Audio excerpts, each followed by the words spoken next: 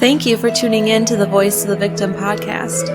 We discuss a lot of sad and potentially triggering things on this show. We try to be as sensitive and cautious as possible, but if you are sensitive to things involving abuse and may be triggered, please think twice before listening to our show.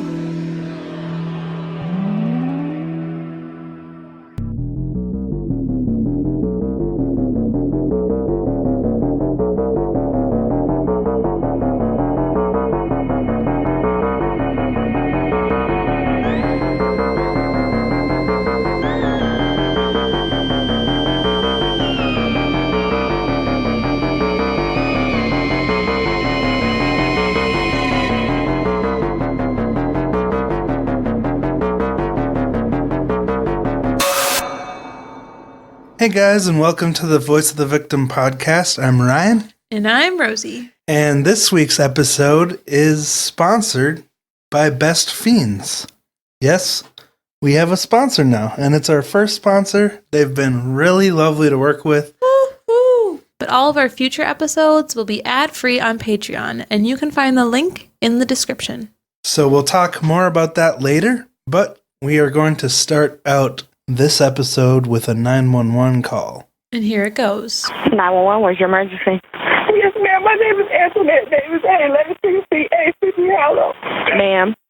My name is Antoinette Davis, 1116 A City Hollow. Okay, I'm not getting your address clearly. Can you slow down a little bit and tell me again? 1116 A City Hollow. 1116A?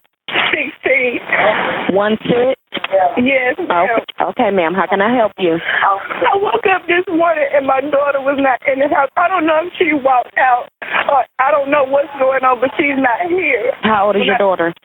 She's 5. 5? Yes, ma'am. Okay. What time did you wake up? When did you last see her? I saw her at 5:30 last night. 5:30 last night. Is that when you put her to bed? Yes, ma'am. No, when she went back to bed. Okay. That was 5 this morning. Is that what you're telling me? Yes, ma'am. Okay. Were there any doors open or anything like that? She know how to unlock the front door. Okay. What is her name? Shaniya Davis. Spell that name for me. Shaniya. And she white, black, or Hispanic? She's mixed. Okay. She's biracial. What was she wearing? She's wearing just a big old blue shirt with designs on the front, but her hair is out. Okay. Did she have on any pants? She didn't take no shoes, no pants, no nothing. Did she have on underwear? Yes, ma'am. Okay. Do you know what color? They're white and got pink. I guess I can't really remember. They're like white with pink designs on them. Okay. Okay. And you said none of the doors were open? No, ma'am. They were locked, but she knows how to unlock the front door. Was it closed this morning? Yes, ma'am. And you said it was around 5:30? Yes, ma'am. Okay. Have you checked the neighborhood? I checked everywhere. I haven't checked the back end of the neighborhood yet, but I checked the front end. I don't know what else to do. I don't know what else to do. Are there any more juveniles inside the home? It's my son, but he's here. Okay. And your door was not unlocked. That's what you're telling me? No, it was not unlocked, but I'm telling you, she knows how to unlock it. I'm hoping that she didn't unlock it and walk out. Okay. What's the number you're calling me from, ma'am? Okay, we already got your call in. We're going to get someone out. You said her hair was out. Yes, it's like a bushy afro. How much does she weigh? Do you know? I don't know, ma'am. I don't remember. Okay. All right, ma'am. Just try to, check your home again and check around the neighborhood. If anything changes, call us back. But we already got the call in, and we're going to get someone out as soon as we can, okay? All right. All right, ma'am. Thank you. You just heard the 911 call Antoinette Davis placed to the Fayetteville Police on November 10th, 2009. I hope we said that right. This case takes place in North Carolina, and our main source for this episode was WRAL, a Raleigh-based media organization. Remember Raleigh, Rosie? I remember saying it wrong. In case you're wondering, it comes up way back in episode 28 when we talked about Erica Parsons, which is also a very interesting story, so go check that out if you haven't yet. But before we begin, we want to thank our newest patron, Judith. Yay! Thank you, Judith. Yeah, and thank you to all our patrons. We appreciate you guys a lot. A lot. We know we haven't been putting out much premium content lately because this time of year is crazy at work and it's hard just to get our weekly episodes up. But we are working on a premium episode, and I'm hoping to get one up this next week. So that'll be our 9th premium episode. Plus, we have some other ones up there if you're interested in checking it out. But so back to this call we played in the beginning. We hear Antoinette reporting her 5-year-old daughter missing. Her name was Shaniya Davis. So that's who we're going to be talking about tonight. And we want to thank Zola, our listener, for suggesting this story to us. Yes, thank you, Zola. This case was very interesting. We really liked talking about it over a couple of Scotch eggs at a bar. Oh, yeah. Mm-hmm. Yeah, if you're interested, you can see those Scotch eggs on our Instagram. You getting hungry now? All right, that's enough plugs. At 6:50 a.m., police responded to Antoinette's call. They lived in a mobile home at the Sleepy Hollow Mobile Home Park. She was there with her boyfriend and sister, as well as her 7-year-old son and infant child.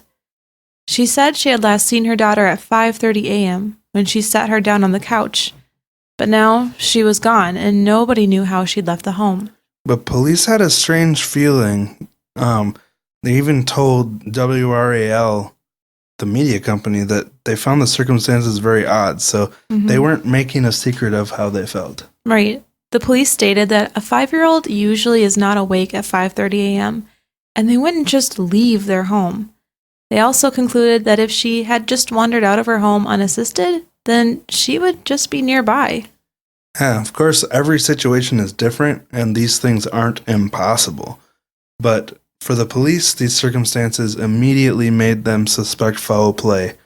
And then there was another factor as well, which led them to this conclusion. Right. The police was well aware that this family had a history with the Department of Social Services. Yes, apparently there had been a lot of fighting over custody in the past, and we'll talk more about that later, exactly the details, but I mean, just based on that, you think maybe it could have been a distraught father trying to get his daughter back?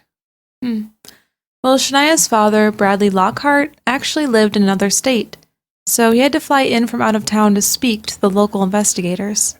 And this wasn't actually the first huge tragedy in Bradley's life. No. In March of 1998, Bradley's first wife was murdered. On March 4th, 1998, at 1 a.m, 2 men entered a home with a pistol-grip shotgun.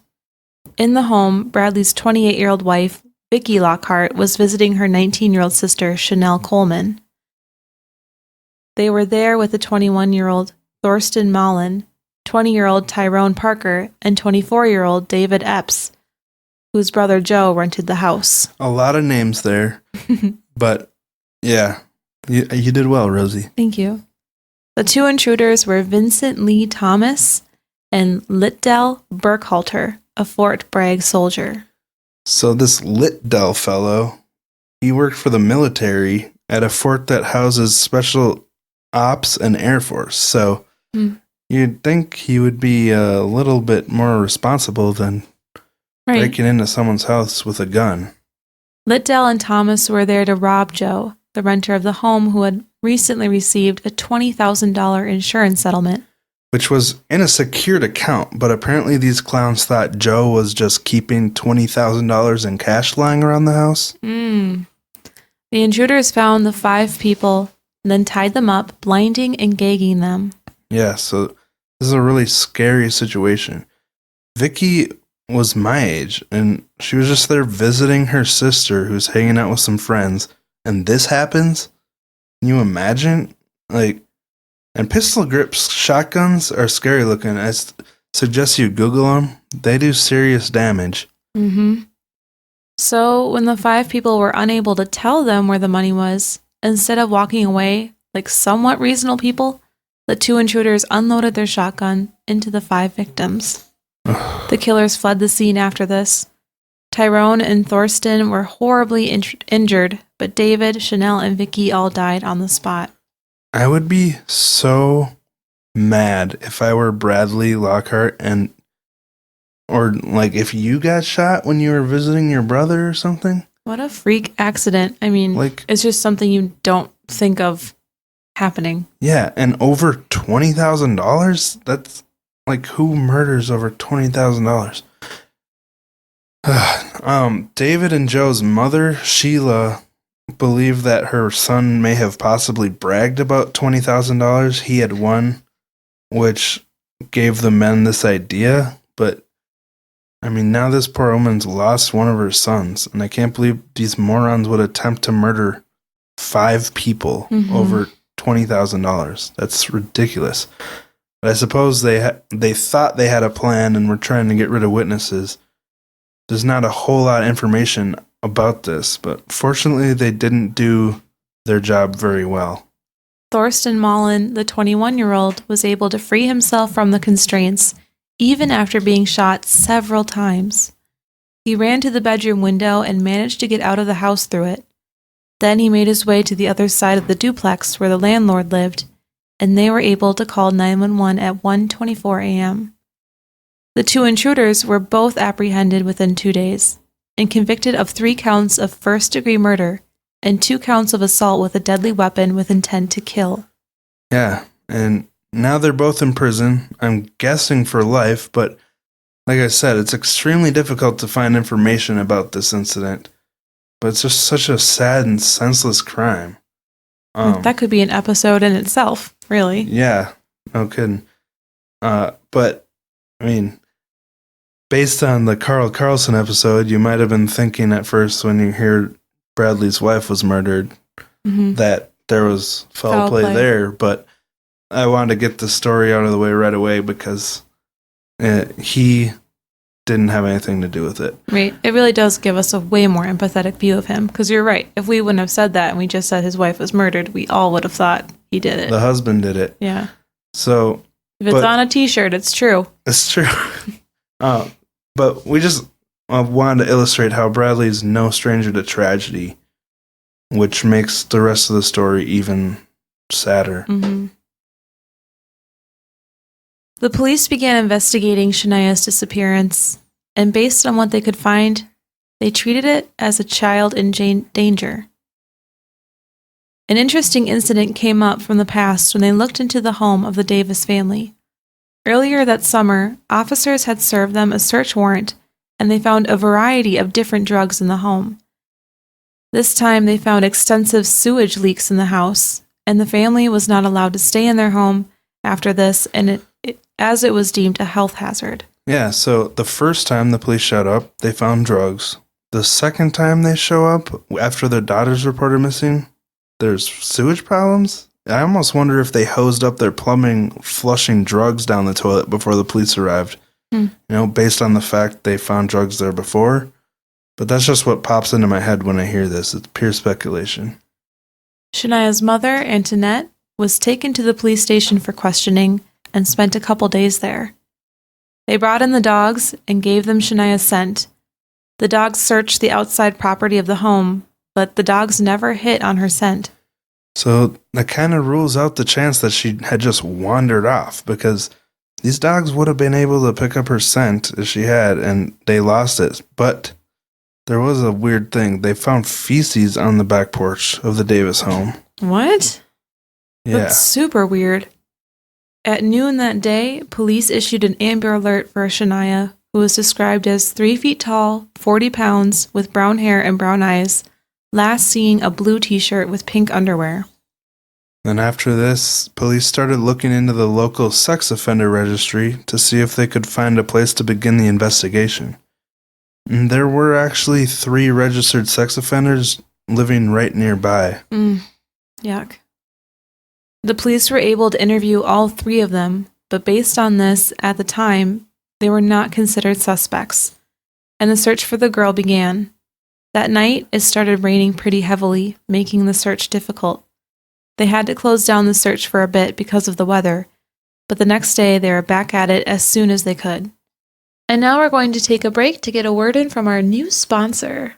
This episode of Voice of the Victim podcast is supported by Best Fiends. Now, you know, we talk about a lot of difficult topics on our show, and it can be really mentally exhausting. But we found a great new way to get our minds into a better place while giving our brains a workout. The fascinating puzzle game called Best Fiends. I found Best Fiends really engaging. I've never been a huge fan of puzzle games, but Best Fiends stands out because it tells a story which gives you a purpose to what you're doing. I'm a really busy dude, working a full-time job and writing and producing this podcast, but it only took me 3 days to make it to level 30. Just with those few moments in the day where I need something to keep myself busy, and it feels a lot better than scrolling through social media. The levels are quick, and you feel like you're making progress with each one. You're doing pretty well on Best Fiends, aren't you, Rosie? Better than you, Ryan.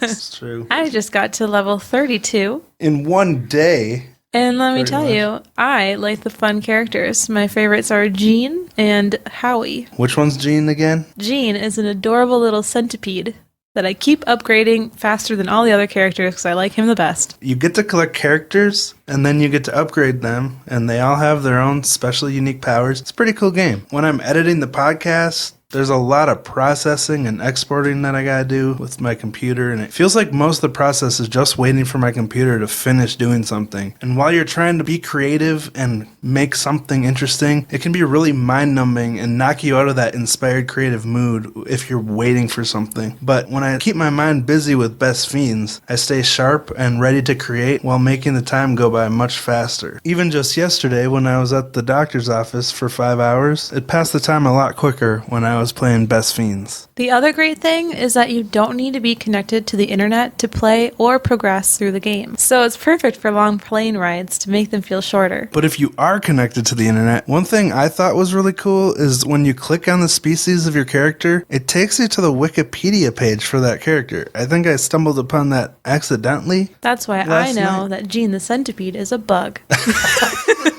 On top of all this, the game is really nice to look at.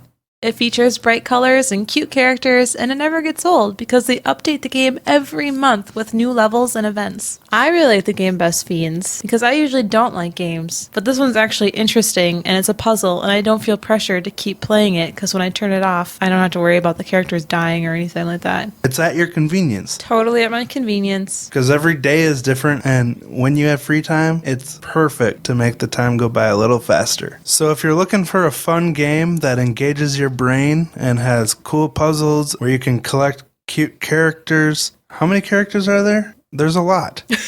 I think it's really cool that they have 100 million downloads and still have a 5-star rating. That says a lot about how good it is. So you can download Best Fiends free on the Apple App Store or Google Play, and that's friends without the R. Best Fiends. Now back to the story. And after this, police started looking into the local sex offender registry to see if they could find a place to begin the investigation. And there were actually 3 registered sex offenders living right nearby. Yuck. The police were able to interview all 3 of them, but based on this, at the time, they were not considered suspects, and the search for the girl began. That night, it started raining pretty heavily, making the search difficult. They had to close down the search for a bit because of the weather, but the next day they were back at it as soon as they could. They came across a blanket in a neighbor's trash can, which they believed belonged to Shaniya. It had feces on it, which matched what they found on the back porch. That's not good. The same neighbor whose trash had the blanket in it told police that around 3 a.m. the morning of the disappearance, she had been awakened by some racket outside of her home. And she said it sounded like someone was pounding on a wall or something. The neighbor told police she had no idea how the blanket got into her trash can. The police interviewed everyone else in the neighborhood looking for any possible leads, and one neighbor told them that they had seen a man driving away from the Sleepy Hollow home with a girl in the back of his car. And the witness said they recognized both the girl and the man. They said the girl was Shaniya, and the man was 30-year-old Clarence Darrell Coe. Daryl. Sorry, Daryl. Well, something like that. Apparently, this man was an acquaintance of the Davis family, meaning it wasn't random. But now the police are starting to confirm their suspicion that she was kidnapped. It wasn't clear exactly what Coe's relationship was to the Davis family, and that detail became part of the investigation. But he only lived 4 miles away from the Davis home. Wasn't that far away to get access. And on November 11th, they arrested him and took him into custody. This guy had a bit of a rap sheet. I'd say just looking at him, he matches the profile of a typical suspect based on these prior convictions he has. He had been convicted of assault on a female, breaking and entering, and larceny, as well as some other charges. But when Coe appeared in front of a judge following his arrest, he showed very little emotion and simply said, "I'm not guilty, sir. That's all I've got to say about it." Very convincing. Coe said he was babysitting his nephew at the time that he was allegedly seen at the trailer park. But he was charged with first-degree kidnapping and held in jail on a $100,000 bond. Not bail. Is that the same thing? Yeah, it's the same thing. I wonder if they had any more evidence on him besides the neighbor's testimony, though. Yeah, because then that's a little, I don't know, Yeah. a little crass to book him like that. Yeah, it is. Speaking of which, there was another breakthrough in the case not long after. The day Shaniya disappeared, a hotel worker at the Comfort Suites in Sanford had called the police, reporting seeing a child that matched the girl's description. They pulled the surveillance footage, which contained an extremely important bit of information. A man was seen at the hotel at 6:11 a.m., carrying little Shaniya and checking into the hotel with her. Yeah, so this is a bittersweet discovery. I mean, it's good to have more information, but obviously the implications of this scenario are terrifying. Fortunately, though, they were able to identify the man in the video. Right. The man was 29-year-old Mario McNeil. Police rushed to the hotel after the tip, but the man and the little girl were already gone. Yeah, so now it's looking really weird. Now there's another suspect in the case. So did Coe deliver her to him at the hotel, or what was going on there? Right. Or maybe Coe was telling the truth when he said he wasn't guilty. In the video, they found that the girl appeared to be well cared for and told WRAL that they believe she is safe and that they have no reason to believe he would harm her. So she looked healthy, she looked cared for, she didn't look like she was fighting or struggling or sad or anything. So they weren't quite sure what was going on there. But Mario McNeil also had a criminal past. Right. He had been arrested for assault on a female, drug possession, and fleeing to elude arrest. Yeah, so assault on a female, not good. So why would they assume that he's not going to hurt her? I just don't understand. Because she didn't look like she was fighting it. True. And so here's another sketchy guy, and this time they have video confirmation that he was the one with Shaniya. That night, Shaniya's father, Bradley, made a plea to the public saying, "Whoever has my daughter tonight, I just ask that they let her go and bring her home safe. I miss her and love her very much." Police were able to find and apprehend McNeil shortly after this. He was then charged with first-degree kidnapping and held with a $100,000 bond. Then the police dropped the charges against Clarence Coe and let him go, after McNeil admitted that he abducted the girl. Yeah, so they obviously realized they didn't have anything against Coe. Mm-hmm. And it would really suck to have to spend time in jail for something you didn't do. Right. I mean, it's such a dehumanizing atmosphere, and I'm pretty sure there was an old Peripheral or Gen Y where they talked to someone who had spent the night in jail. Yeah, I remember that too, faintly. Yeah. I think that was Peripheral. Yeah, but I couldn't find the episode, so. Oh. But it was very interesting about how terribly you're treated in jail, and that's just where you go to be held. Yeah. Before you're guilty. So if the whole innocent until proven guilty thing, it doesn't seem quite right. But anyway, back to this story.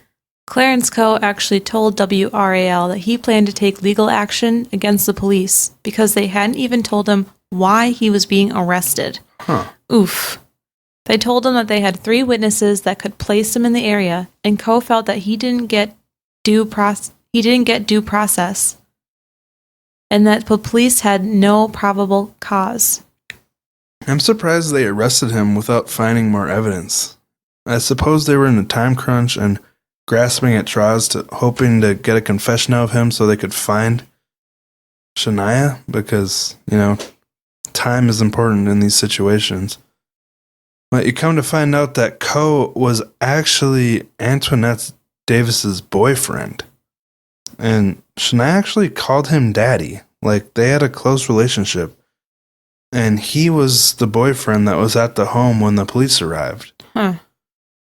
So, a neighbor had actually talked about after Shaniya's disappearance, he was pacing around nervously, looking more distraught than Shaniya's own mother was. Oh, wow. That the girl was missing. So, some neighbors were pretty shocked to find out that he was arrested, which leads us to another development. On Saturday, November 14th, Antoinette, the mother of the missing girl, was arrested. The charges included human trafficking and child abuse involving prostitution. What? Whoa. That's quite a twist. She was also charged with filing a false police report and delaying or obstructing an officer. Antoinette's mother, Ann Summers, was shocked to hear this news and could not believe that they were making those claims about her daughter. According to her, Antoinette is a straight-up good mother. But the arrest documents said that she knowingly provided Shaniya Davis with intent that she would be held in sexual servitude and permitted an act of prostitution. So, these are incredibly serious and disgusting accusations, and absolutely terrible parenting. You can't even call it parenting at that point. It's not parenting. She was charged and held under a bond of $51,000. Why is it so much lower than the other bonds? That's a really good question. This is when more information about the home life of Shaniya came out. Her father said that she was born out of a one-night stand that he'd had with Antoinette. Shaniya had lived with him for most of her life, up until the past month when he finally decided to let her stay with her mother because she'd recently gotten a job and her own home after struggling with finances for many years. Mm-hmm. So, Shaniya had only lived with Antoinette for a month. Ugh. Keep that in mind. After this, he said, I should have never let her go over there. And can you imagine? Like, he's terrified and frantically worried about where his daughter is here, and he probably can't help but blame himself a little bit for letting her live with Antoinette. Mm-hmm. But, at this point, things are not looking good for Shaniya. The man who took her is sitting in jail, as well as her mother, so who's caring for her now? That poor dad. He must have felt so much guilt. Right? It's just terrible. Police continued to search for her on the ground with assistance from helicopters, but the hope was starting to dwindle. Yeah. At this point, unfortunately, they're most likely looking for a body. But, you never know. Rosalind, who we discussed last week, was missing for 29 years, and she was still alive. Right? So, never give up hope. No, there's always some hope. Sadly, the police pulled a confession out of Mario McNeil that changed the focus of the search. He admitted that he had taken the little girl's life and dumped her near some trash and deer carcasses off of NC Highway 87 and Walker Road near the Carolina Trace subdivision. That's disgusting. Why would he put her there? By deer carcasses? That is so messed up. No respect. So now they knew they were looking for a body, but there's a lot of space out there. There's a lot of forests and open fields in this area, so they still had a lot of searching to do. Someone called in a tip after hearing about the confession on the news. They had recently been in the area and remembered walking past an area that was unbearably rancid. They had noticed garbage and deer carcasses and connected the dots after hearing that on the news. On November 16, 2009, the searchers took the cadaver canines to the area where the tip pointed them, and about 100 feet off of Walker Road, they found the body of 5-year-old Shaniya Davis. She was laying in a kudzu patch near the Lee-Harnett County line, wearing nothing but a t-shirt. So this is absolutely awful, so disrespectful, and the family was obviously heartbroken. Apparently, this man had taken the young girl with her mother's consent and for some reason killed her and dumped her. But why? Shania's aunt, Yvonne Mitchell, told WRAL that they don't believe Antoinette Davis was involved in this, and that the family would help her through this tough situation. According to her, Davis took care of her kids very well. She worked at an assisted living facility called Carolina Inn at Green Village, and no one in her family believed there was anything strange going on in her home. So it makes you wonder, why did the police believe she was involved in this? Like, why has she been arrested? But first, let's take some time to remember the little girl who lost her life. Talk about who she was for a minute. Shaniya was known as a very polite little girl and full of life. She was described as a precious little angel and full of joy. A little reserved when you first met her, but once you got to know her, she wouldn't leave you alone, running around and playing with you. She was often recognized for having good behavior in school. Her father says that he and his sister cared for Shaniya most of her life, until about a month before she went missing, when Antoinette contacted him asking if she could be a mother. He felt that she was sincere and figured that he'd give her a chance. Like we said before, can you imagine how much that haunts him now that he knows what came of his little girl? After only a month with her mother, she was dead. But again, let's get back to how this happened. After conducting an autopsy, they found that Shaniya had died of asphyxiation. I cannot say You got that. this. I know, but I Asphyxiation. laughed. I didn't want it. Asphyxiation. And had suffered injuries consistent with sexual assault. They believed that the little girl was taken to the hotel and raped, but she wouldn't stop fighting to get away, and that as Mario tried to keep her still and quiet, he choked her to death. Yeah, so they believe the death was mostly accidental during a sexual assault. Mostly accidental, as he was raping her. Yeah. What did he expect to happen? Ugh. Well, apparently the plan was to keep her in servitude. That's disgusting. Absolutely awful. And can you imagine what her final moments would have been like? Ugh. It's terrible to think, but it's like, what was worse?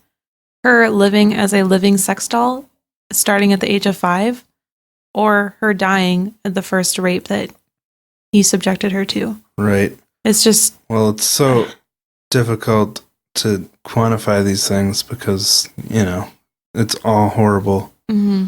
So they believe it was accidental, but then he had to get rid of the evidence because, how are you going to tell someone, or how are you going to report a little girl accidentally killed while you were raping her, And then there's still the question of how he was able to take the girl so easily. Right. Investigators believe that Antoinette had used her daughter to pay off a $200 drug debt that she owed to Mario McNeil. $200. They claim that she knowingly provided her daughter with the intent that she be held in sexual servitude. How disgusting is that? Poor little Shaniya. Her mother, who she should have been able to trust, told her to go with this strange man, and he drove her to a hotel, pretending to be someone she could trust.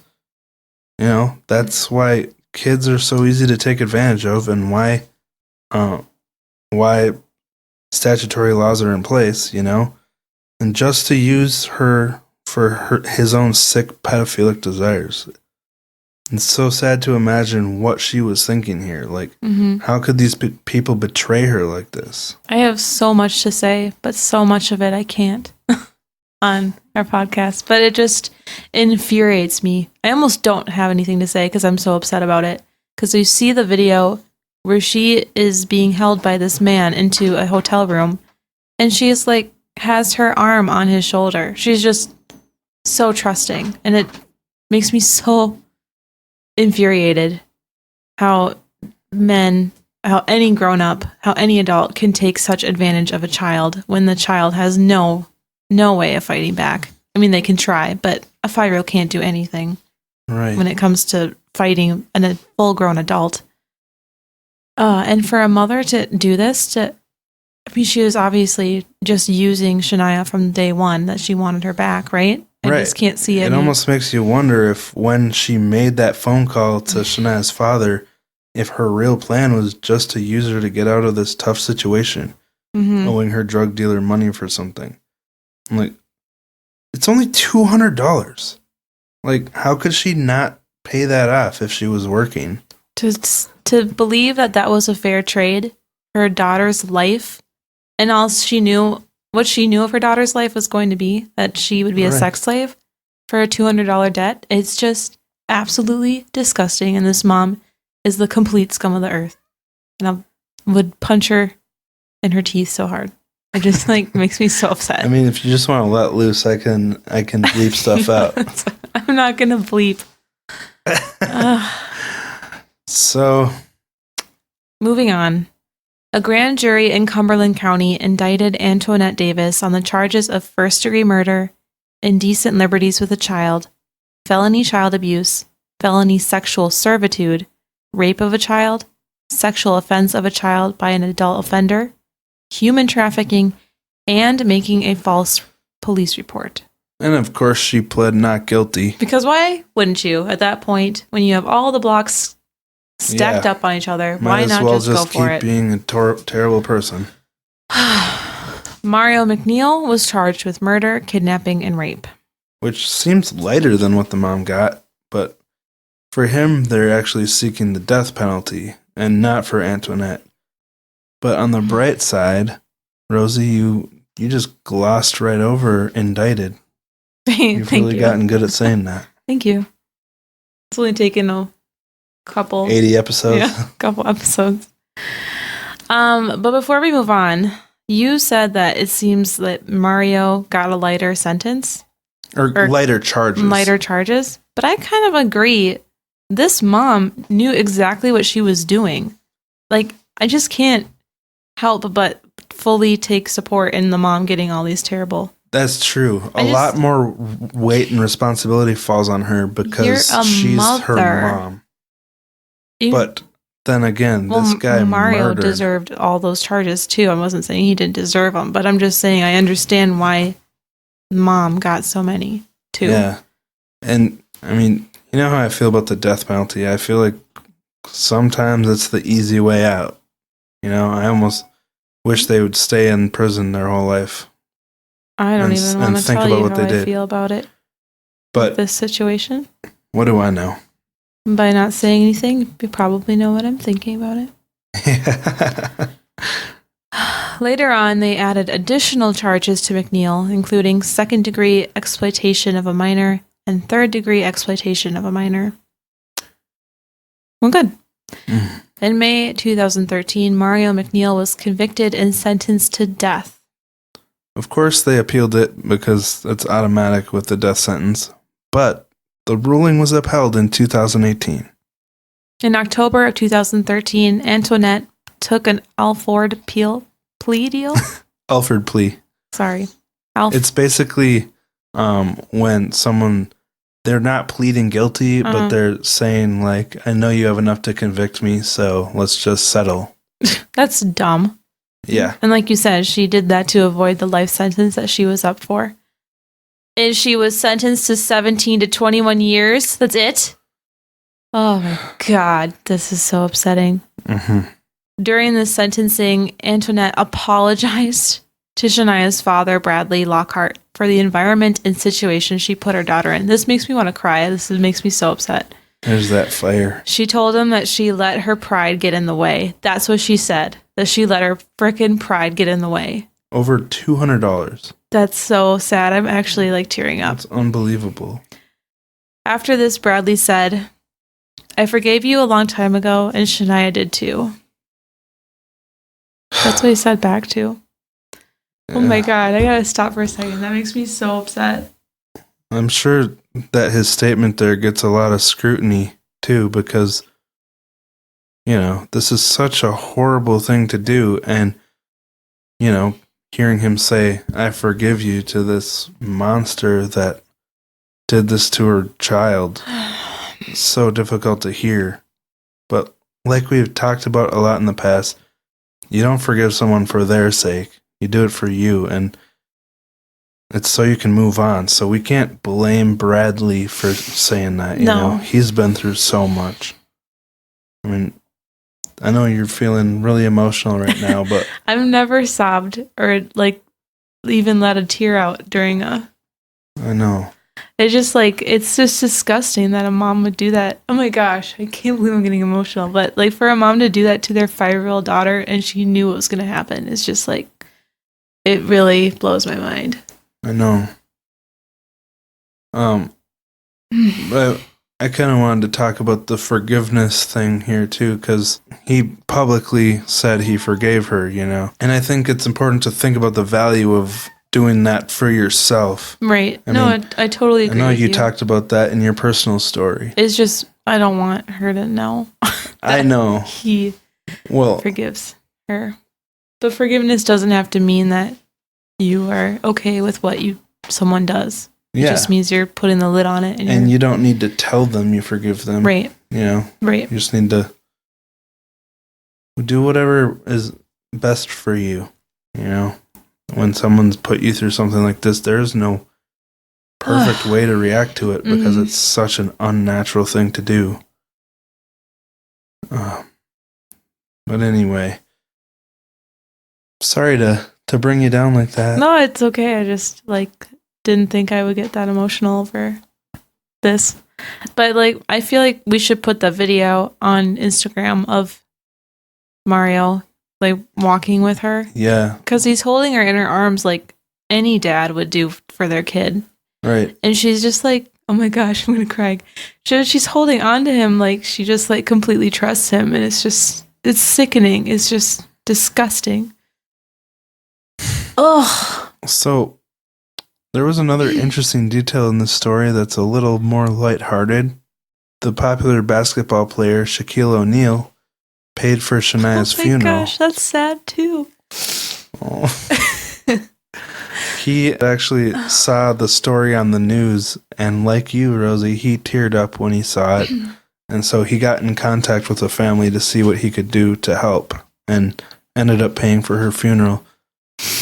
I just feel really bad for Bradley Lockhart in this case because, like we mentioned earlier, he'd already lost his wife back in 1998 in some freak accident. And then he lost his daughter, who he raised for most of her life, in such an unnecessary and ridiculous way. It's just so much to go through. I mean, if you're this emotionally impacted by it, just imagine what Bradley has gone through trying to accept everything that's happened, Mm-hmm. Then the Department of Social Services actually came under fire over this case on September 30th, 2010. The district attorney for Cumberland County, Ed Granis, claimed that the DSS went to great lengths to protect its image during the investigation of Shania's death. Both the DA and the Fayetteville police chief, Tom Bergamine, were concerned that the DSS was withholding information during the investigation. Granis claimed that they dropped the ball when it came to helping the police during the investigation. Yeah, apparently it took 3 whole days for the police to get any worthwhile information from the social services, and it wasn't until they were ordered by a judge that they cooperated. Social workers from the DSS told police that the DSS director, Brenda Jackson, told them to print copies of all emails about the case, then delete the emails and limit written communications about the case. So what's going on there? What the heck? That's really odd. And Granis, the DA, pointed this out. The point of social services is to help protect those who need help. Yeah, not to protect your stupid image. Right? And the waters got even murkier when the chairman of the board for the DSS, the Department of Social Services, resigned less than 2 weeks after these claims were made. So that's really odd and really makes you wonder what's going on there. Chet Ome resigned October 11th, 2010, just 13 days after the accusations that the DSS was withholding information. His reason was, quote, lack of fairness in reporting by local media covering the DSS. Now, this is tough because social services are typically extremely understaffed and underbudgeted and have way more than they can handle for cases to check up on. Right. Now, it's a lot of work, but it's also a huge responsibility. Their job is to help people in need, and if it takes a judge order to turn over information to the police, it looks really sketchy. I mean, I get him resigning because he's just sick of the pressure, but it also makes him look kind of suspicious. And I don't want to play into a conspiracy theory with no merit, but it's coincidental to say the least. How are you doing, Rosie? I'm really shook. Liam Fee was always the case I had the hardest time with, but now I kind of feel like Shania's. Yeah. This is why it's hard to look at pictures before we talk about it because... I know, because we had a huge talk about... Because I was frustrated before we recorded about this case. Yeah. With how it happened. These cases really impact you when you try to tell them from the victim's perspective and you look at them and see them as an individual. It's just... I guess this is takes a also toll. Just another dose of birth control for me, because there's so many kids that need help. Shaniya did. Well, Shaniya had her dad, obviously, who was taking fine care of her, but I just can't have my own when there's children like this. I know. Oh, this case is just makes my insides burn. I feel like the goddess of hell. It makes me so angry I could spit fireballs out of my ears. Yeah, if you weren't aware, Rosie is actually kind of a firecracker. I dyed my hair. She sounds really sweet on the show sometimes, but she's got... I mean, this is a good reason to get mad. This is a good time to get angry because this type of stuff is ridiculous. It just makes me furious, too, that the mom, from the life sentence, it got chalked down to 17 to 21 years. I know. I don't know. I mean, that is a long time. Don't get me wrong, but... yeah, maybe for, rape, but not for murder. Not for selling your child for a $200 drug debt for them to live a life of prostitution. Complete betrayal of the human child trafficking that you gave birth to and you need to protect. And it was a one-night stand, too. Shaniya only lived with her for a month before this. It just seems really premeditated to me. Well, and I know. It really frustrates me that over a month premeditated. Because she did the Alford plea or whatever. Yeah. But she still had that exactly. She still hasn't taken any responsibility for it. Yeah. And then why does that even exist? I don't understand the point. Well, there are some cases where certain evidence can make someone look guilty even if they're not. There are cases out there. So then she does the plea and then it's just like a free golden ticket. Now they can't. It just doesn't work now. Well, no. It's just not. It's basically saying I don't admit guilt, but you got me. I really like the idea of rehabilitating prisoners. Mm-hmm. But I don't care for her. I don't want her to be rehabilitated at all. I just want her to die. Well, yeah. Yeah, very angry. If we got this emotional about every case, I feel like this would be the ending of every episode. I know. Because, I think of Michelle Blair. Well, I always get emotional, but this one just really hit me. Because it's just, she just had a good life. And then her mom wanted to be a sincere mom. And the dad trusted her. And then it just was it was a rough one. So. Yeah. Wow. Well, I'm glad that you at least felt so connected to the story. I need my cat. I know that our listeners appreciate a genuine connection to the story more than just telling a story, Mm-hmm. So, anyway, Before we get to the reviews, we just want to correct our pronunciation from last week. The town in Oklahoma, we said Pato, but one of our listeners reached out and told us that it's actually Poto, like Phantom of the Opera. Thank you, Sydney, for pointing that out. Speaking of Poto, we just went and saw Phantom of the Opera completely sporadically last week. It was the best. Thanks to me. That's when we had the Scotch eggs. It was pretty fun. It was. We posted a bunch of pictures of it on Instagram and Facebook and stuff, but it was nice. I really liked that musical. Me too. It's been a part of my life since I was a little kid. Well, it used to terrify me, but Lion now I King like better, but I still really liked this one. Oh yeah, Lion King's really cool. I love the original Lion King. That was my childhood. That commercial where the kid's dragging the suitcase up the stairs, getting ready to go to Disney World, that was in the Lion King VHS. Oh yeah, with the goldfish. The goldfish swimming around and. I don't remember that part. Oh. I probably. But I'm excited too. We're actually going to Disney in February. Yep. Christmas overtime has to pay off in some way. Mm-hmm. Anywho, diddly, should we get to these reviews, Rye Guy? Yeah. Oh, you call me Rye Guy? That's cute. Which review do you want to read this week, Rosie? Read the first one because I like who it's from. You are? Mm-hmm. Okay, cool. It's a 5-star. It's entitled "Don't Listen to Bad Reviews." Oh, I see why you like who it's.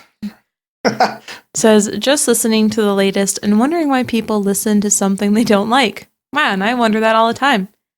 Personally, I love you both and the way you interact with each other. Your compassion holds no bounds, and I certainly really enjoy your podcast as one of my favorites. Keep up the hard work and don't change anything. I'm English, living in Spain. So cool. I'm going to move there. Wow.